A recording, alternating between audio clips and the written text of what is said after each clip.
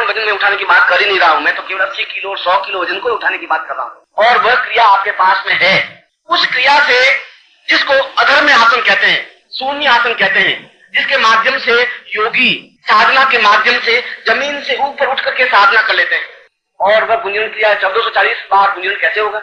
वह होगा 32 मिनट के गुंजन, अटूट 32 मिनट के गुंजन से। और उसी श्लोक में उस गुंजन क्रिया को उतनी तेजी के साथ अंदर कर दें जिसके कि अंदर विद्युत पैदा हो सके, हीट पैदा हो सके। और यदि भाप के इंजन में और वायुयान में जहां चार्ज होता है अंदर हीट बनती है तेजी से, और जहां हीट स्टोरेज होती है, जिस हीट के स्टोरेज से, जिस विद्युत प्रवाह के स्टोरेज से वह उतने बड़े हवाई जहाज को ऊपर उठा देता है, यदि उसमें एक छेद कर दिया जाए और उस हीट को बाहर निकलने की जगह मिल जाए तो क्या वायुयान ऊपर उठ सकता है? नहीं उठ सके। और आपके पूरे शरीर में 10 द्वार हैं जहां से विद्युत प्रवाह बाहर निकल जाता है। 10 द्वार हैं, 10 द्वारे का पिंजरा, और वे 10 द्वार हैं, 2 आंखें हैं, 2 नाक के नथुने हैं, 2 कान हैं, एक मुंह है, एक गुदा है, एक लिंग। ये 10 द्वार, इन 10 द्वारों से अंदर की सारी विद्युत बाहर निकलती है। ये विद्युत बाहर निकल रही है, मैं तुमको देख रहा हूं आंखों के माध्यम से। ये विद्युत है कि मैं आपकी बात को सुन रहा हूं, ये विद्युत अंदर हीट है कि मैं बोल रहा हूं।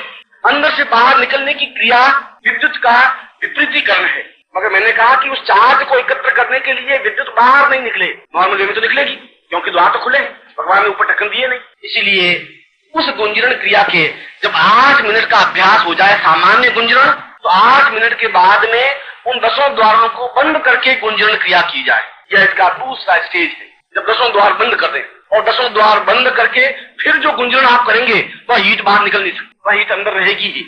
और अगर अंदर विद्युत चार्ज हो रहा है, अंदर इलेक्ट्रिसिटी बन रही है, कोई भी चीज को, 2 चीजों को घिसेंगे तो विद्युत तो बनेगी। जब भी 2 चीजों का घर्षण होगा तब भी उसमें से विद्युत प्रवाह तो होगी ही।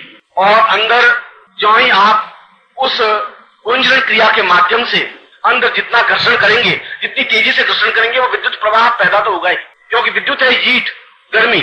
उस हीट को बाहर रोकने के लिए, बाहर जाने से रोकने के लिए उन 10 द्वारों को बंद करने की क्रिया अपने आप में चैतन्य क्रिया कहलाती है। यह समाधि अवस्था का प्रारंभिक बिंदु है। चैतन्य क्रिया कैसे की जाती है? चैतन्य का मतलब है अंदर के चित्त को, अंदर के सारे चक्रों को चैतन्य कर देना। कुंडली जागरण के लिए चक्र में जगने की जरूरत नहीं है, मूलाधार और स्वाधिष्ठान चक्र में एक एक चक्र पर जागने की जरूरत नहीं है, एक साथ पूरे चक्र जागृत हो जाएं। अन्यथा कुंडली जागरण का तो मतलब है कि पहले आप भस्त्रिका करें, फिर मूलाधार को जागृत करें, फिर आप स्वाधिष्ठान चक्र को जागृत करें, फिर आप आज्ञा चक्र को जागृत करें, अनाहत चक्र को जागृत करें। इसके बाद धीरे धीरे उस चक्र को बढ़े, और उसमें भी कई बार गड़बड़ियां हो जाती हैं। वह कुंडली जागरण की क्रिया थोड़ी सी भी रास्ता बदल देती है, आदमी का दिमाग बिल्कुल असंतुलित हो जाता है, बिल्कुल स्वस्थ वे में। मगर इस क्रिया के माध्यम से उन्होंने एक ही चक्र को जागृत नहीं, अंदर के सारे चक्र स्वतः जागृत हो जाए, जिसको पूर्ण कुंडलिनी जागृत कहते हैं या सहस्रार जागरण कहा जाता है। वह इस चैतन्य क्रिया के माध्यम से संभव है। संभव क्या? इस क्रिया के माध्यम से ही होता है जिसमें किसी प्रकार का दोष नहीं है, जिसमें किसी प्रकार की न्यूनता नहीं है, जिसके माध्यम से कोई नुकसान नहीं हो सकता।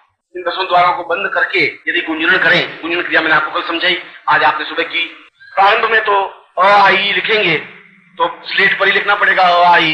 जब आप 5वीं में आएंगे तब आपको स्लेट दे देंगे, उसके बाद में कॉपी देंगे, उसके बाद में बहुत अच्छे अक्षरों से लिख सकते हैं। अभ्यास तो शुरू में तो वैसे ही करना पड़ेगा।